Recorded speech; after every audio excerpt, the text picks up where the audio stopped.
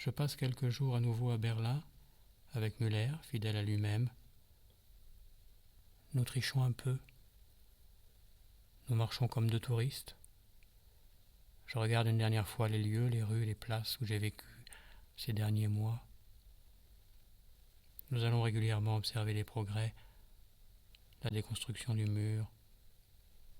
Cela ne m'émeut pas comme je l'aurais espéré.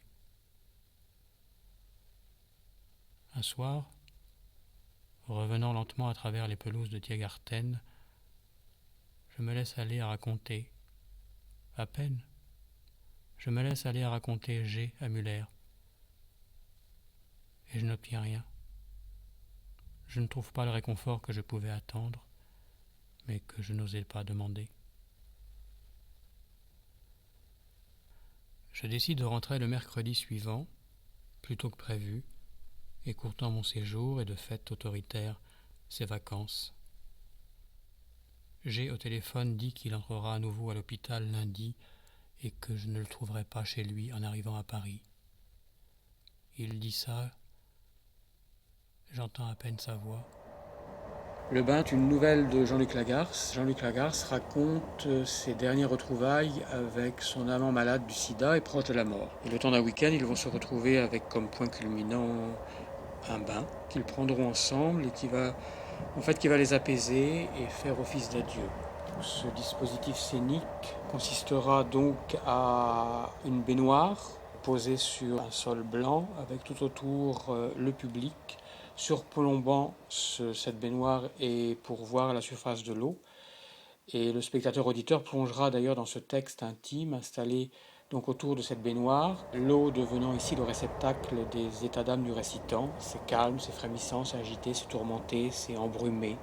Ce dispositif qui peut paraître étrange met en scène l'absence de l'autre qui devient simplement cette voix. Une voix toujours un peu absente, toujours un peu au second plan et qui laisse la place à celui qui écoute. Une voix qui ne cesse pourtant d'encercler l'auditeur avec douceur et persévérance, laissant chacun face à.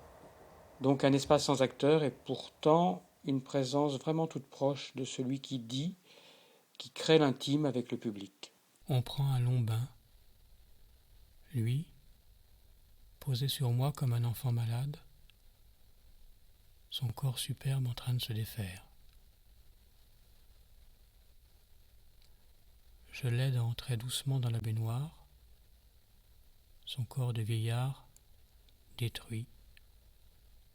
Je le porte à peine et je le laisse très lentement glisser pour qu'il s'asseye enfin. C'est difficile. Cette manœuvre si simple devient une véritable épreuve physique, une aventure immense. On rit, on hurle de rire.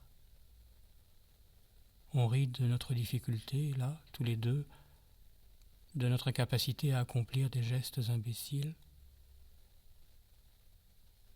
Je me suis glissé sous lui, et il est posé sur moi, et on somnole ainsi longtemps, l'après-midi, à remettre régulièrement un peu d'eau chaude, doucement.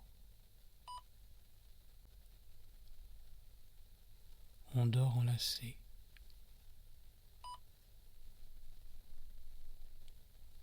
C'était comme le bonheur le plus grand. Aujourd'hui, le souvenir que je garde, c'était comme le bonheur le plus grand d'être si paisible et le désespoir encore de savoir qu'on se quitte.